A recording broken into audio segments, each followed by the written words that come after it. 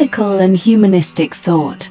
The philosophy of Immanuel Kant 1724–1804, built an ethical theory based on the foundation of goodwill, the will to respect logical principles. Ethical and humanistic thought. 7. The philosophy of Immanuel Kant. Therefore, this theory is also called deontological, the ethics of duty. Duty is the obligation to act out of respect for moral rules. The entire ethical problem is contained in the field of rational goodwill. In his work Metaphysics of Morals, Kant stated, "Nothing in the whole world, or even outside this world, can be considered completely good except goodwill.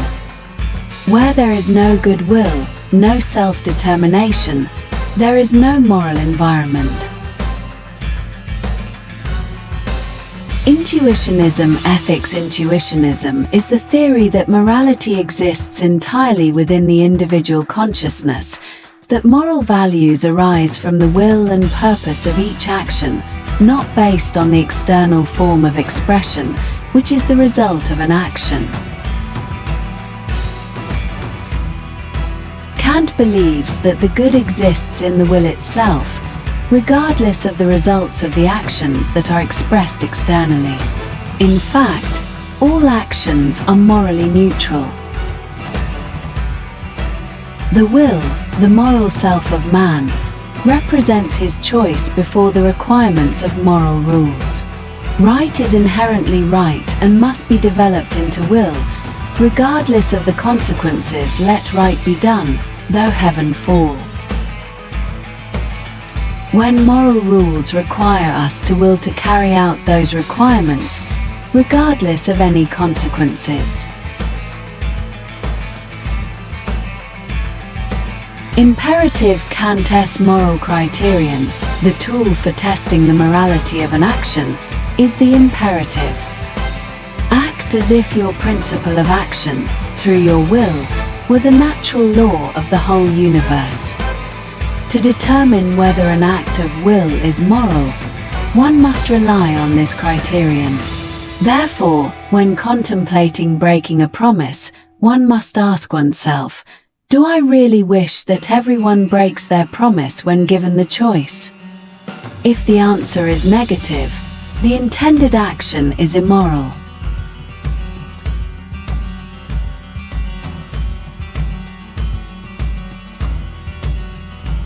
The imperative is a supreme moral requirement, always true in all cases, all situations, everywhere and at all times.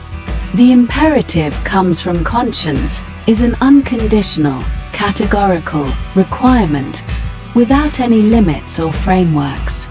If breaking a promise is right in a particular case, for a particular individual, it must be right in all cases, for all men.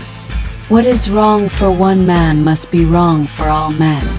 We thus find in the unconditional imperative a philosophical conception belonging to the golden rule in the art of conduct: do unto others as you would have them do unto you. Kant explains and justifies his point as follows. Could I, for example, under the pressure of the situation, make a promise without intending to keep it? The question is not aimed at determining the unwiseness of the act of making a false promise, but at finding out the moral correctness of that act. To answer this question briefly and thoroughly, the best way is to ask yourself, is it possible to be satisfied when the act of making false promises in order to escape from an embarrassing situation becomes a general rule of conduct for the entire community, applicable to everyone, including myself?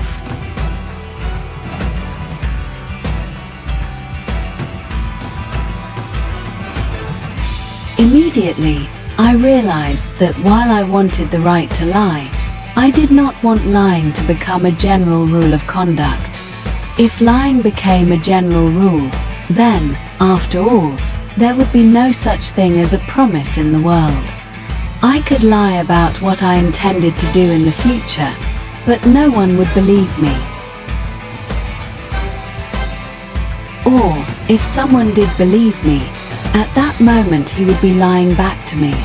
That is why such a wrong conduct is considered vain, as soon as it is accepted as a general rule.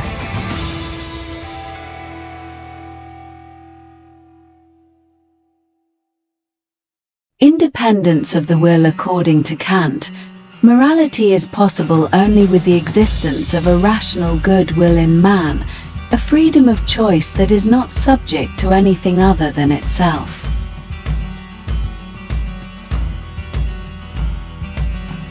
The independent will obeys only its own dictates. No one can will what he does not choose. Although one can force a child to perform an action, one cannot force the child to want to perform that action. That is the will, the ultimate self-determination of a person.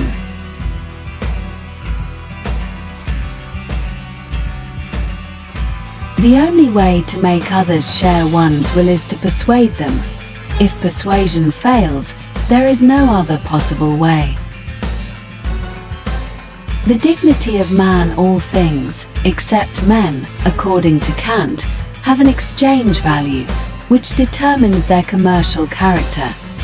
Even objects bearing the imprint of memories and sentiments can be bought and sold for a price. However, human dignity, the infinite intrinsic value of each individual, is absolutely priceless. With the argument that every man has his price, Kant would reply that anyone who clings to himself is deprived of his rightful human status, because dignity transcends all values and all limitations. The individual, the ultimate end in Kant's view, because only humans have independent wills, only they carry out moral rules and embody moral values, because they themselves are the ultimate end. This means that humans must be treated as ends, never just means in life.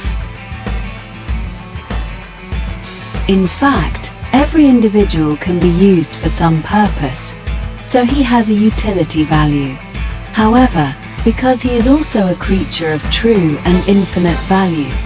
Therefore, when the time comes when he no longer has utility value, he must still be respected and helped.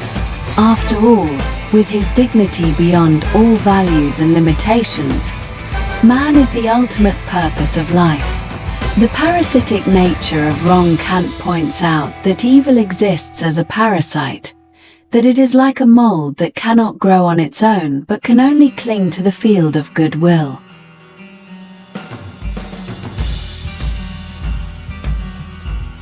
A liar can only cheat when most people, in normal circumstances, always act honestly. If the majority become liars, no one will trust anyone else. Therefore, even when there is a temporary victory, evil must rely on good. If good is destroyed, evil will also perish. For example, members of a gang of robbers also need trust, a good virtue, to be able to cooperate with each other in illegal activities, wrongful acts. However, greed and dishonest money will overshadow neutrality, leading to division and eventually internal conflicts as an inevitable outcome.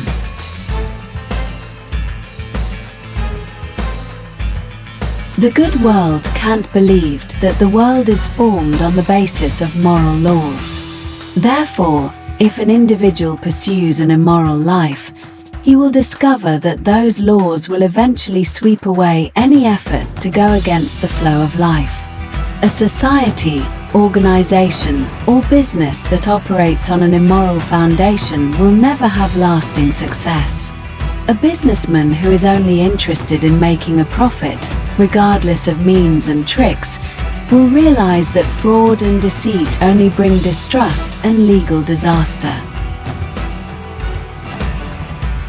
Modern businessmen and investors value reputation and credibility as essential assets. They welcome and expect customers to approach their products in good faith.